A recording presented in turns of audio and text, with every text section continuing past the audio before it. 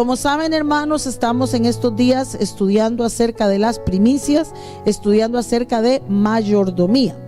Entonces el tema de hoy se llama mayordomía saludable, un equilibrio entre la mentalidad de pobreza y la mentalidad de prosperidad materialista.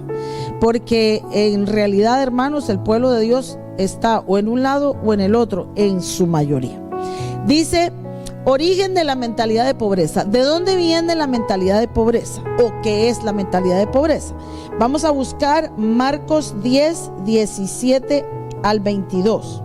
Marcos 10, 17 al 22. Amén. Dice así: al salir él para seguir su camino, vino uno corriendo. Hincado la rodilla delante de él, le preguntó: Maestro bueno, ¿qué haré para heredar la vida eterna? Y Jesús le dijo: ¿por qué me llamas bueno?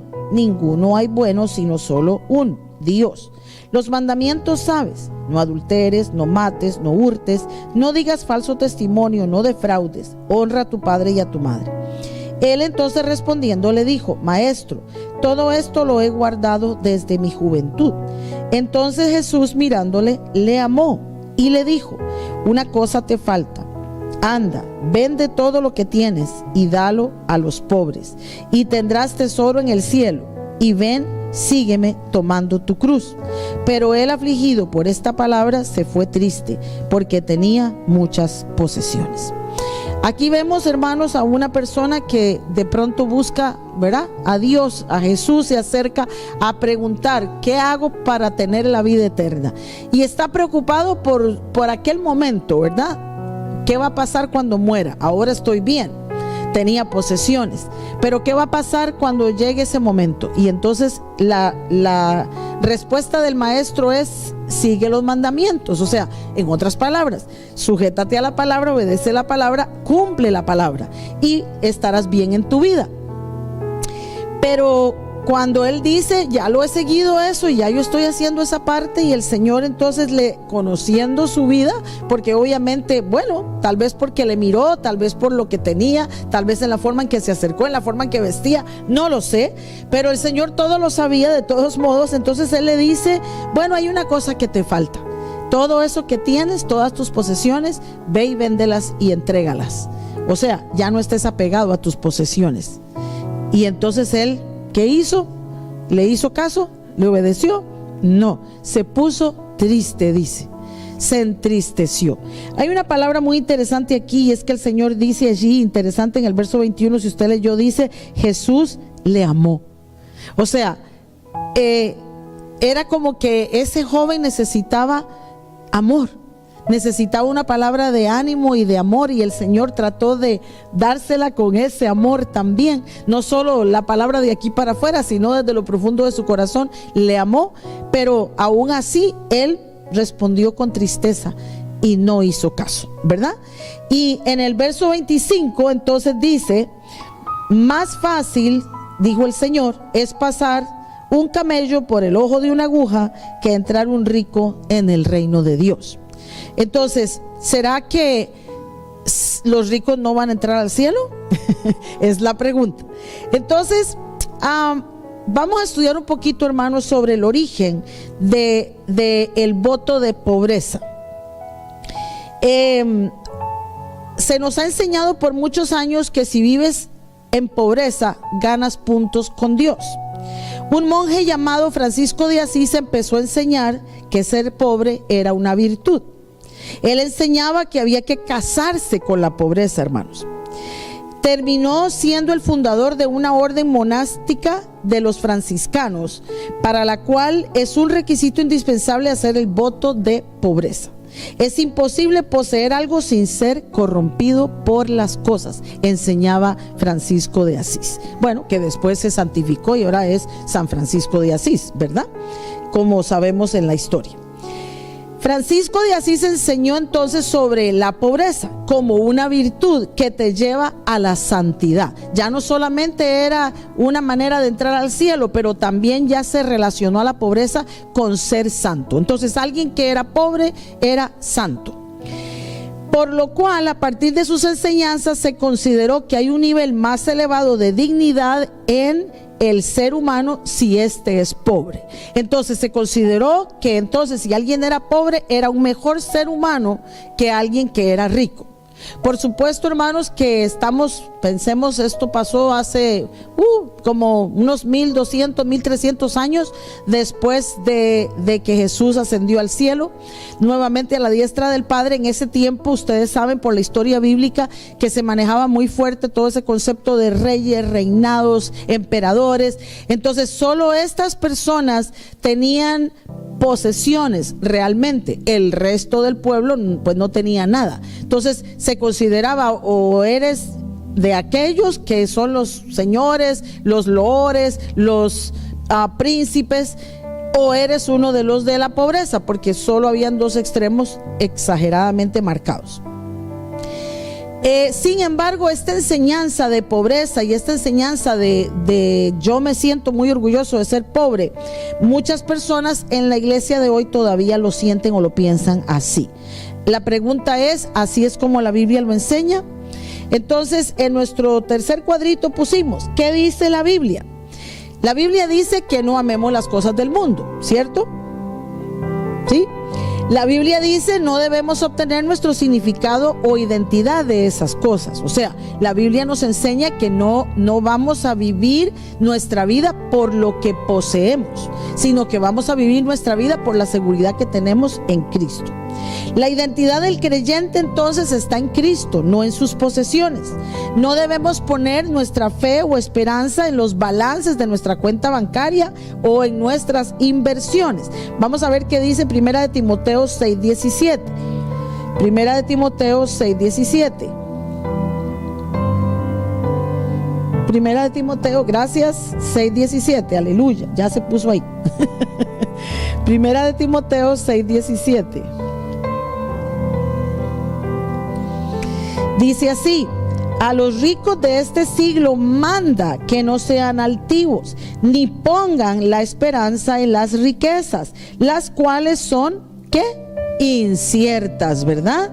Y si no, que nos digan todas estas personas que están allá en Wall Street, todos los días están pendientes de ver si la bolsa subió, si la bolsa bajó, ¿verdad? Porque eso no es algo que está estable, eso es incierto.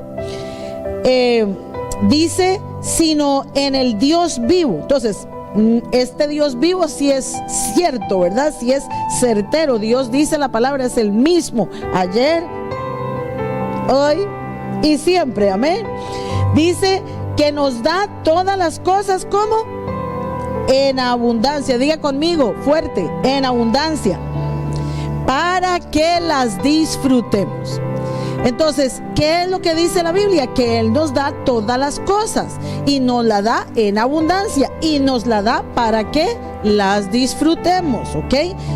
Entonces, no es un pecado que tengamos cosas.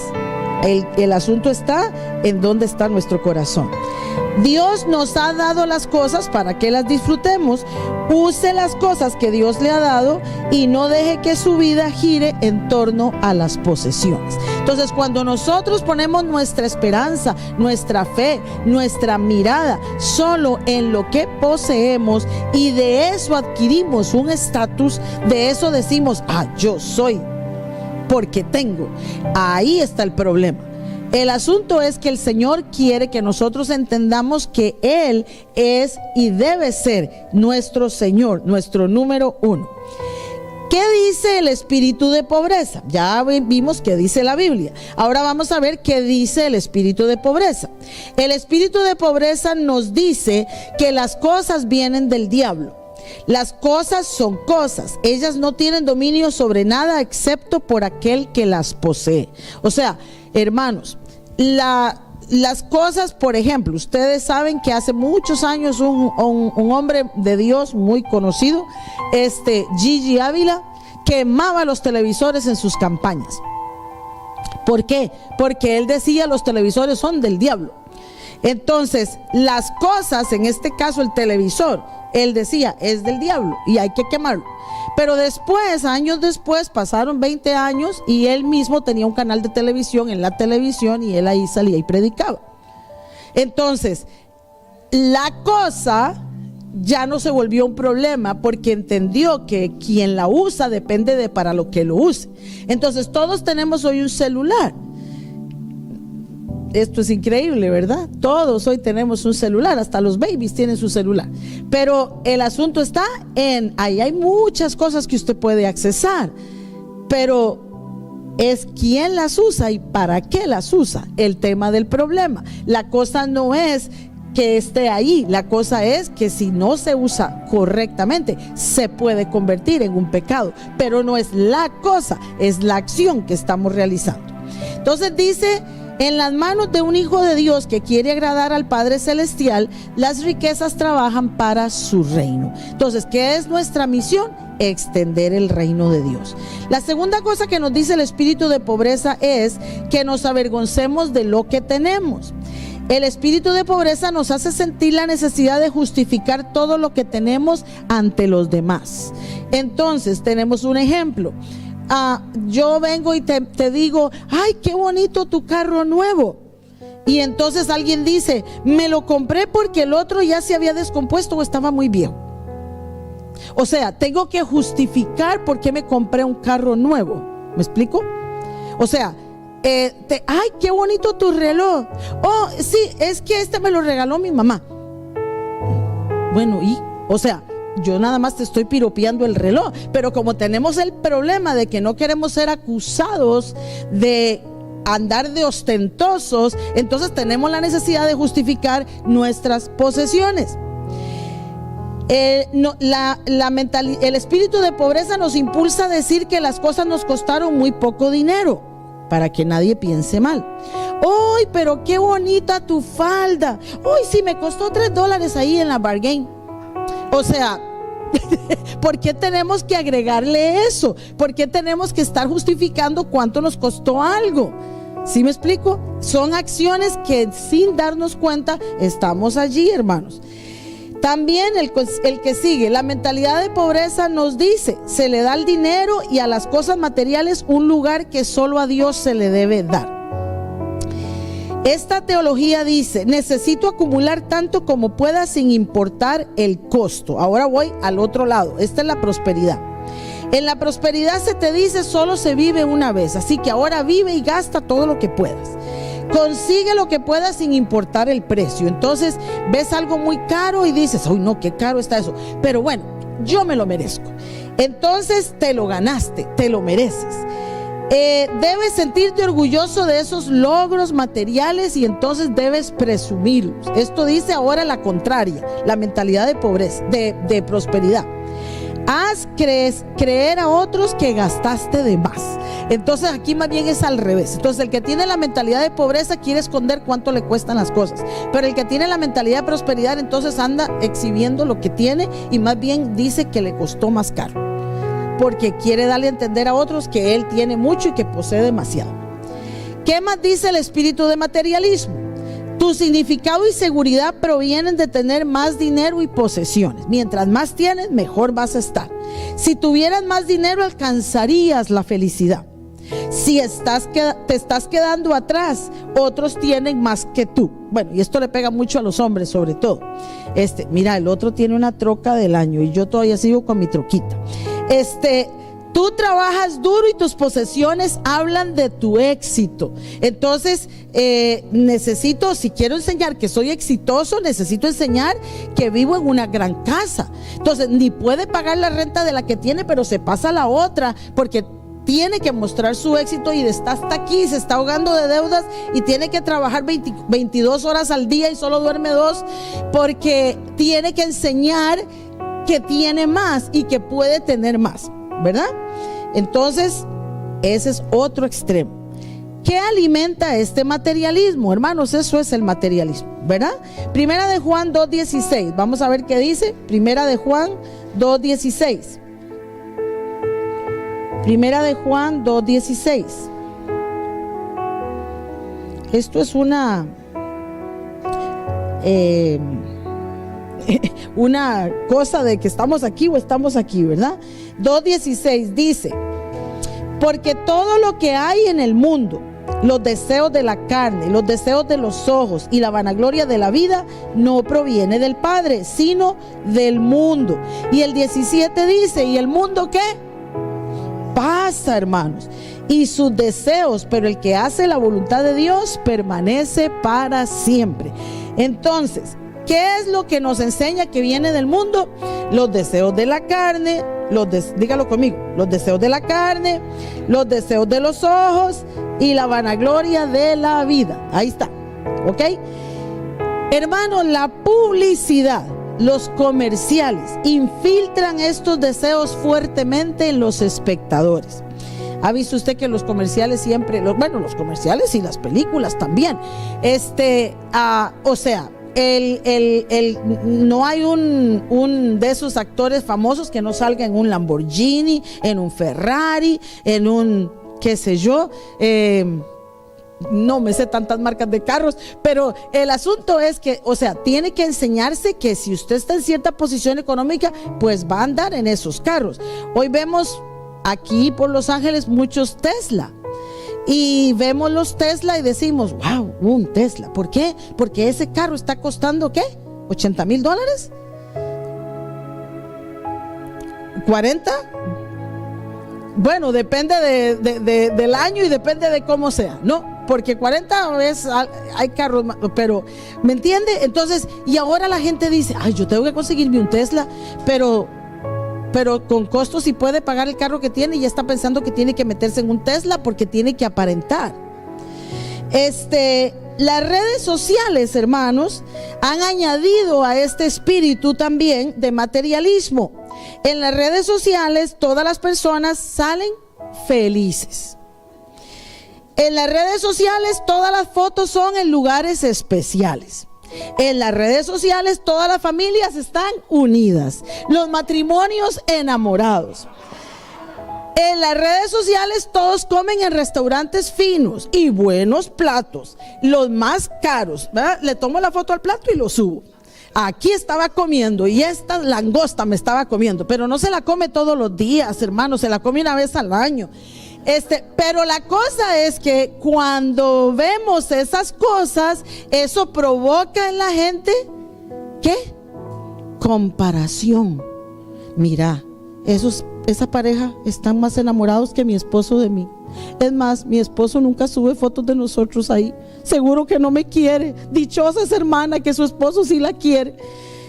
Y la familia, mira la familia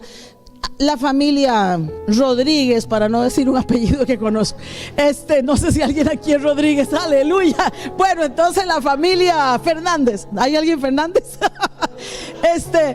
Mira la familia Fernández, tan unidos, todos tan lindos. Mis hijos ni me pelan, ni me llaman, ni para el día de la madre, ni para el día del padre. Ve, estos andaban en la nieve y a mí no me llevan. Sí, lamentablemente, hermanos, eso hace, pero eso es una mentira del diablo. Y eso sí es del diablo, hermanos. Que definitivamente, hermano, mentira que usted va a posar para una foto y no va a salir sonriendo, hermano. Pero eso no significa que no hay muchos tiempos que no estamos sonriendo. Quiero felicitar a la hermana Marieta, porque la hermana Marieta tuvo un choque tremendo, hermanos, el día lunes. Pero ella subió en Facebook su choque y ella dijo: quiero compartir con ustedes no solo mis momentos de alegría, pero también mis momentos difíciles. Y puso ahí la foto del carro y contó ahí que se quebró su brazo y que probablemente, bueno, estamos orando que no sea así. Mañana le dirán, la van a tener que operar, supuestamente, en el nombre del Señor cancelamos eso, pero porque se quebró su brazo en 3 partes. Fue un choque terrible, hermanos. Pero es que así es la realidad de la vida. Hermanos, la vida no es solo las sonrisas y la armonía y no estamos de fiesta todos los días, mentira. Pero esa es la idea que lo de las redes sociales hace, ¿verdad? Entonces, continuemos. ¿Cuáles son los resultados de este materialismo? De esa influencia de los comerciales, las películas y ahora las redes sociales. Vincula la autoestima a un valor numérico o de posesiones. Entonces, voy pensando que yo no, ¿verdad? Si de casualidad, hermanos, pensemos que yo no pueda poner esa foto de mí con mi esposo, por X o B razón, cualquiera sea. Entonces, si yo estuviera pensando que porque yo no puedo poner esa foto de mí y mi esposo juntos y sonriendo y bien abrazaditos y qué sé yo, en la internet, entonces voy a empezar a cargar una sombra sobre mi vida, una angustia, una preocupación, ¿verdad? Porque digo, no valgo igual que aquella persona, pero eso es mentira, hermanos. Aparte el enfoque de Dios para ponerlo en los objetos, los carros, la ropa, las joyas, las casas, los viajes, etcétera, nunca conducirá al gozo y la satisfacción verdaderas. Las cosas materiales no nos dan gozo y satisfacción verdaderas, hermanos. Si así fuera, este montón de gente en Hollywood, actores, actrices, gente linda, con cuerpazos, con caras hermosas, con pelos lindísimos, se suicidan. Y cuando usted oye sus historias, nunca fueron felices, ni con sus hijos, ni con su esposo. Se casan 5 y 7 y 20 veces porque no encuentran la felicidad en ningún lado, ni con ninguno. Entonces, hermanos, ahí hay un gran ejemplo de lo que es su vida real.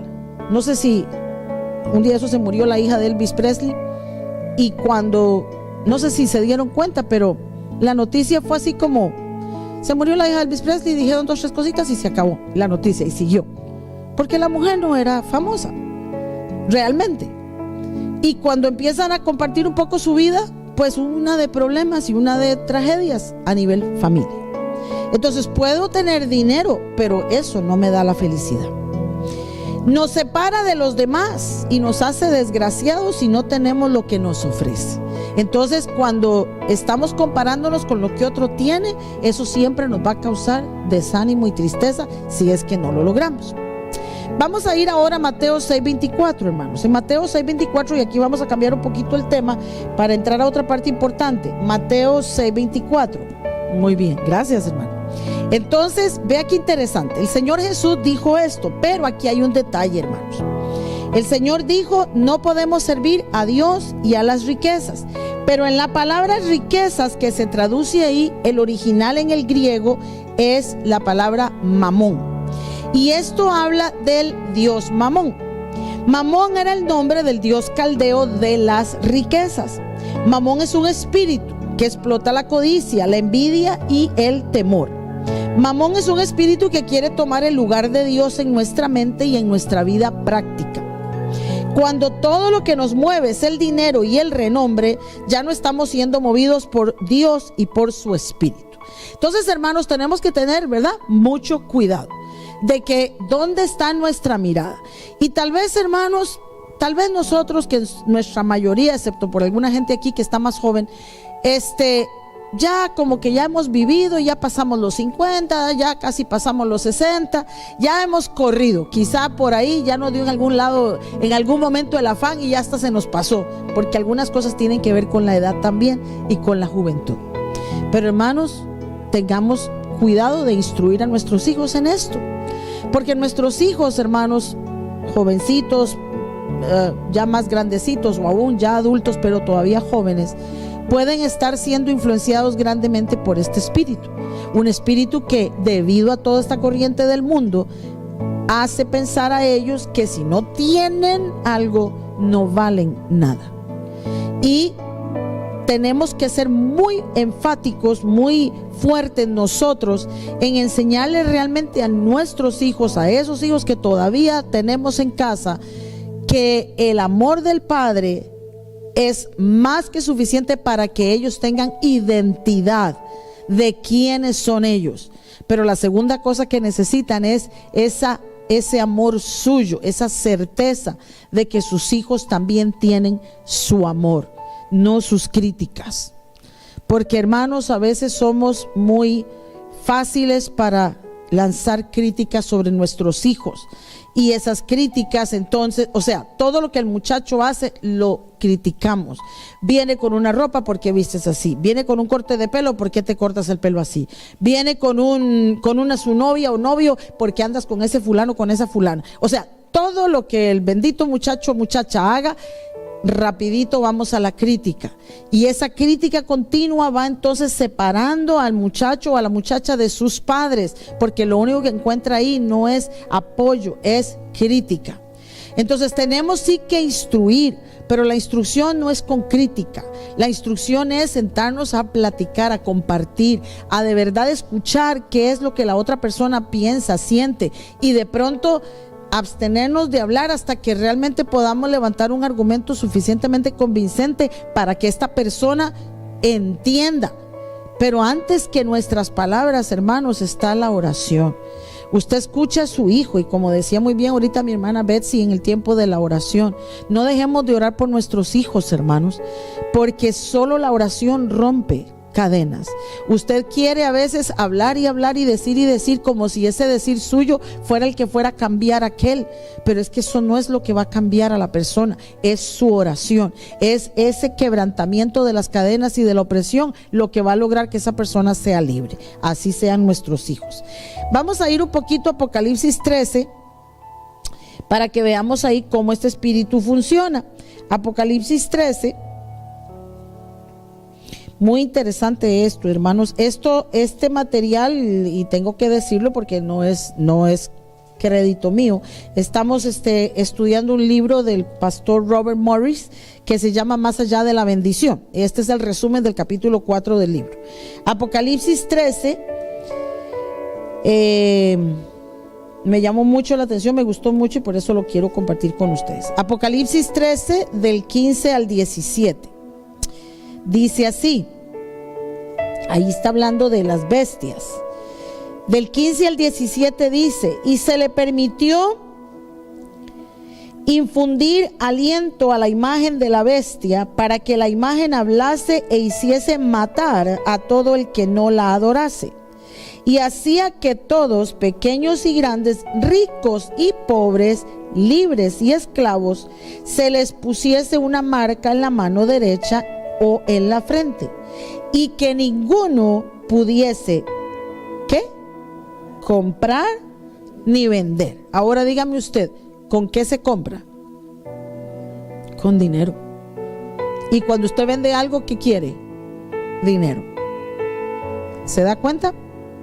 Y dice: sino que el que tuviese la marca o el nombre de la bestia o el número de su nombre. Ahí hay sabiduría. El que tiene entendimiento, dice, cuente el número de la bestia, que es número de hombre. Número de hombre, hermanos. Porque el hombre, porque esta humanidad, porque este capitalismo en el que vivimos en este país, es el que ha destruido las familias. Porque la gente viene siguiendo el sueño americano, pero ese sueño americano decimos que es para que nuestros hijos estén mejor, pero el sueño americano se desvía cuando se deja vislumbrar por las posesiones materiales que se puedan alcanzar, y por querer alcanzar esas posesiones materiales se descuidan los hijos. Entonces las mamás ya no están en casa con los hijos, criándolos, sino que los cría la escuela, el sistema, y los cría el resto del tiempo una niñera que quién sabe de dónde salió y que quién sabe qué piensa y cuáles son sus principios, pero esa es la persona que está criando los hijos. Entonces, este espíritu hace que la gente preste su atención a las cosas y no a lo que en verdad tiene valor, que es lo que yo te puedo dar. Hermanos, tenemos que tener mucho énfasis, le vuelvo a decir, seamos muy enfáticos con decirle a nuestros hijos, te amo. Seamos muy enfáticos con escucharlos con paciencia. Seamos muy enfáticos con que cuenten con nosotros, con que tú los puedas escuchar de verdad, sentarte con ellos, jugar con ellos, compartir con ellos cuando ya están más grandecitos, involucrarte tú en sus cosas cuando ya van creciendo. ¿Por qué? Porque si no, habrá mucha otra gente ahí que los va a apoyar y que les va a dar lo que tú no le estás dando, porque tú estás trabajando día y noche para tener posesiones materiales. No estoy diciendo que no hay que trabajar, pero hay que tener un cuidado y un balance en esto. Este espíritu de la bestia gobierna mediante el control del dinero. Si tu esperanza está en el dinero, eres un candidato a ser confundido en los últimos tiempos. ¿Por qué? Porque ahí dice ricos y pobres. O sea, no significa que el hecho de que haya gente pobre, esa gente pobre no tiene amor al dinero. Pero el rico, aunque es rico, también tiene amor al dinero y lo sigue teniendo. Por eso siempre quiere más. Y oímos de estas gentes que son billonarios y todavía quieren más. Y quieren más alianzas y quieren hacer asociaciones, y ahora quiero comprar esta y ahora quiero comprar la otra y ya son billonarios, pero están en ese afán. ¿Usted cree que esa gente descansa? ¿Usted cree que esa gente tiene paz? No, hermano.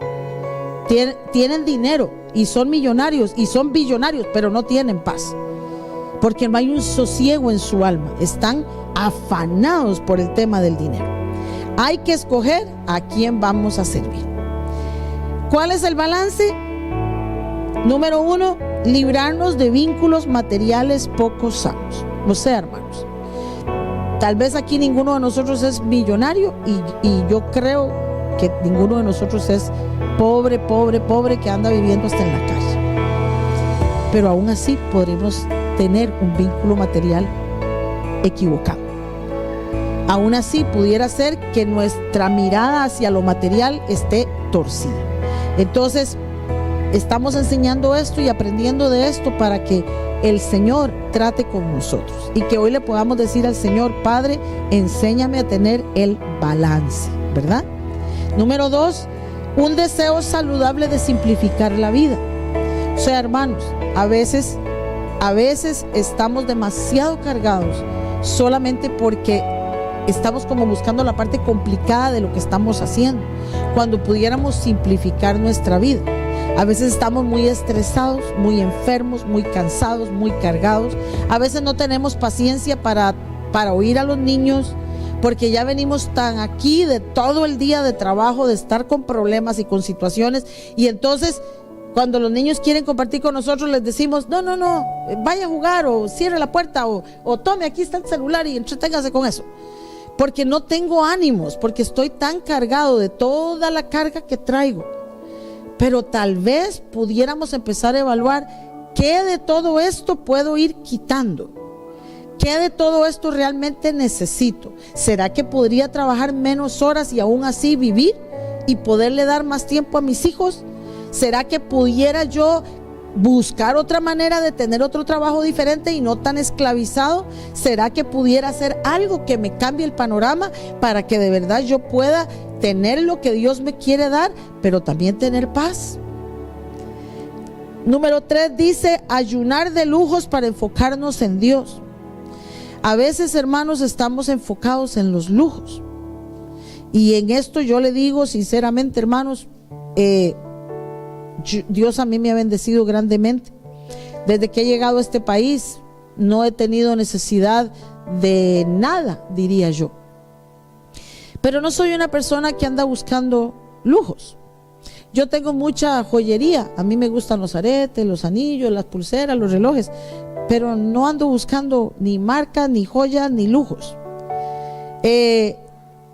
Lo que sea, si cuesta $1 me lo pongo, y si cuesta 5 me lo pongo, y si cuesta 20, y si costara 100, quizá lo pienso, hermano. Sí, lo pienso para comprármelo, porque digo, $100 por esto, no lo necesito. O sea, esa soy yo. Estoy diciendo cómo pienso yo. Nunca enseñé a mis hijos a tener marcas y nunca les compré marcas, nunca les compré ningún tenis o que fuera de tal marca o de tal nombre o de tal, nunca hice eso. Hicimos, porque es idea de los dos, siempre les dijimos, vamos a comprar lo que se necesita. Y lo que se necesita es tener zapatos. Lo que se necesita es estar abrigado, no andar exhibiendo marcas. Siempre les enseñamos eso. Ahora ellos hacen como quieren, pero ahora ellos se ganan su dinero. Entonces es su decisión. Pero nunca he tenido problema con ese tema de lujos. Librarnos de deudas, número 4. Librarnos de deudas que nos ahogan solo porque deseamos mostrarle a otros que nosotros también podemos. Hermanos, considerémonos. A veces para Navidad la gente se endeuda mucho porque tiene que dar regalos caros, porque tiene que lucirse con su familia, porque si no, quién sabe qué van a pensar de mí y me van a juzgar y van a pensar que valgo menos porque estoy dando un regalito sencillito. Pero hermanos, regalo es regalo. Y como yo siempre digo, pues en el momento que a mí me dan un regalo y ese regalo es mío y yo con ese regalo puedo hacer lo que quiera.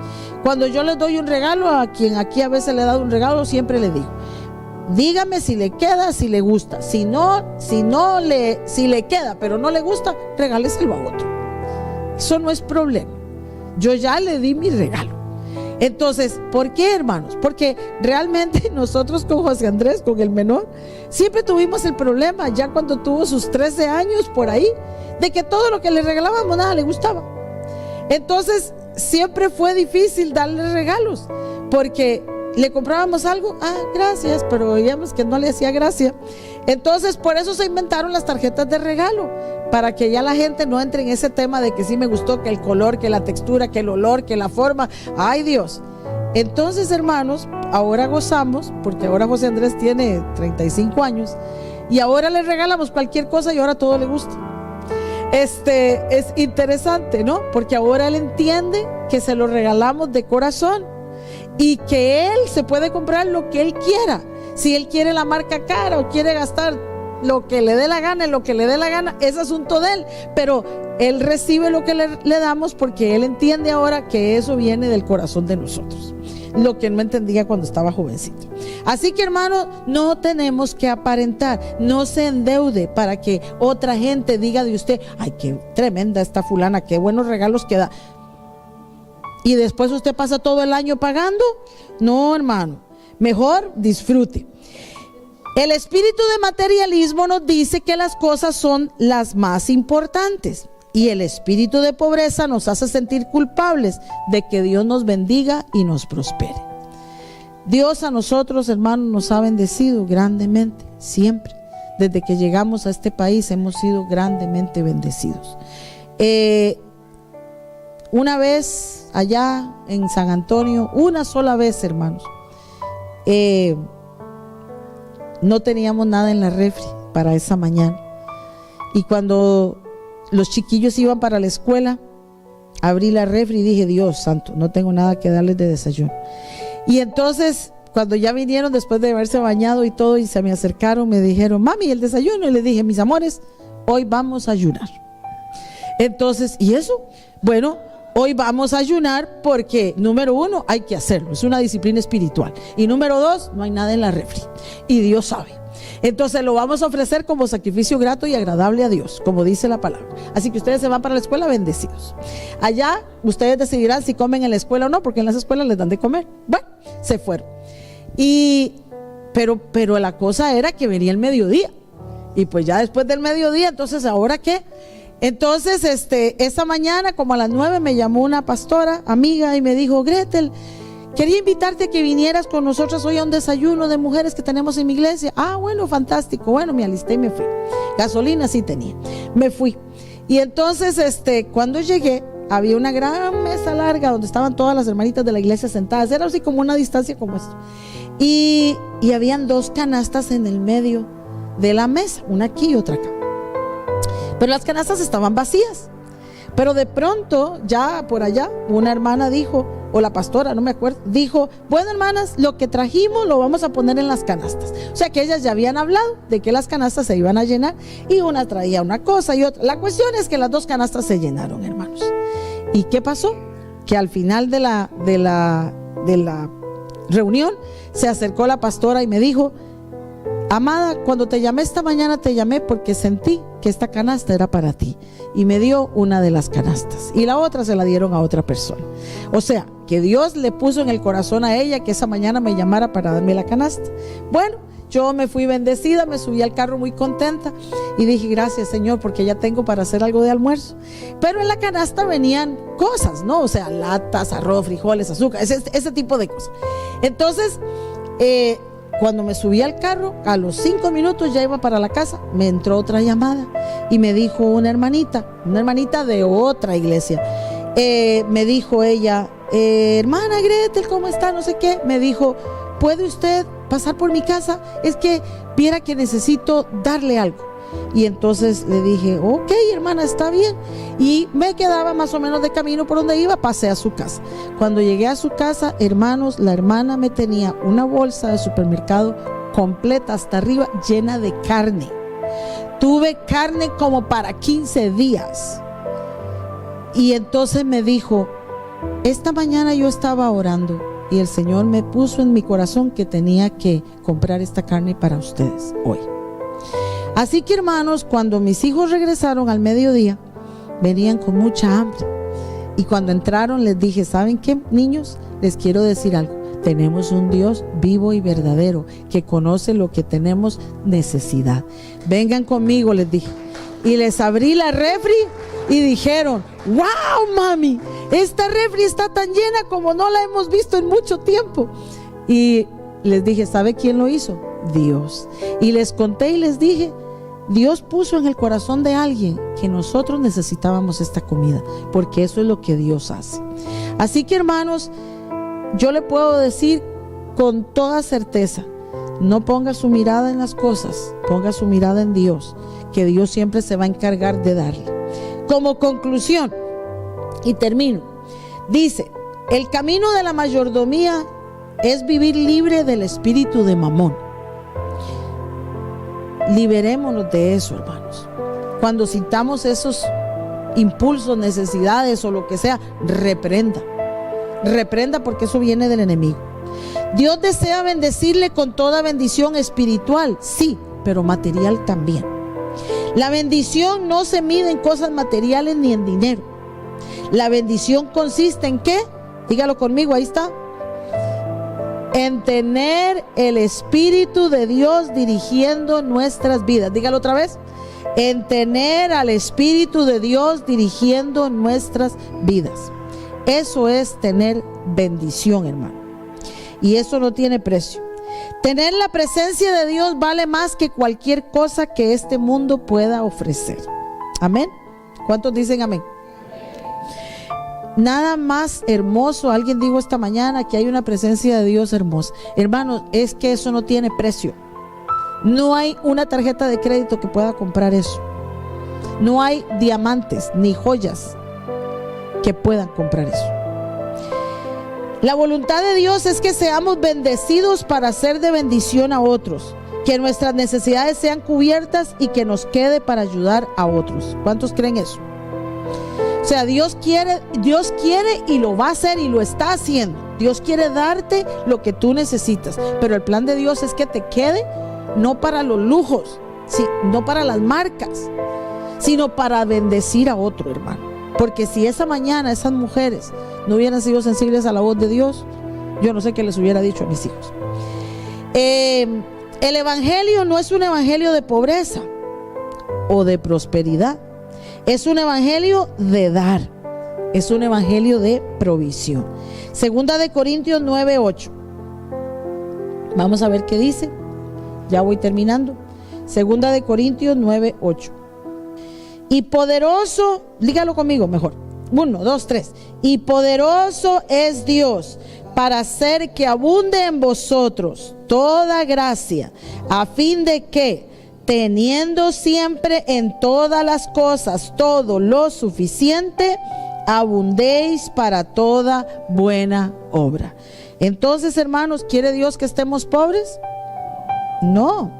¿Quiere Dios que estemos preocupados por el dinero? No. ¿Quiere Dios que creamos en el evangelio de la prosperidad? No. porque la prosperidad es Él mismo. Si estamos en Él y Él en nosotros, ya estamos prósperos y bendecidos, hermanos. Amén. Recuerde este versículo, qué bonito. Dice, a fin de que teniendo siempre en todas las cosas todo lo suficiente. Dios quiere que tengamos suficiente para que abundemos en buenas obras. Amén. La prosperidad de Dios consiste en no vivir concentrados en nosotros y nuestras necesidades, sino concentrarnos en lo que Dios está haciendo y en cómo podemos colaborar con su obra. Entonces, cuando estamos afanados por el dinero, hermanos, cuando estamos afanados por las posesiones, estoy pensando en mí, en el yo. Cuando me desprendo de eso, entonces empiezo a ubicarme en la obra de Dios. ¿Qué es lo que Dios está haciendo? ¿Qué es el mover de Dios? ¿Hacia dónde va la nube? ¿Verdad? ¿Se acuerdan? Allá en el antiguo pacto, la nube se movía y todo el mundo tenía que empezar a empacar, porque si no se quedaba afuera. Las cosas son cosas. Dios está interesado en las personas, en los corazones. ¿Cuántos creen eso? Amén. Las cosas son cosas, las cosas se quedan, hermano. Las cosas pasan, todo pasa, pero la vida eterna está en nosotros. Amén. Oremos, hermanos. Yo quisiera pedirle a los hermanos que si podemos cantar un canto de adoración a Dios, no sé si se puede,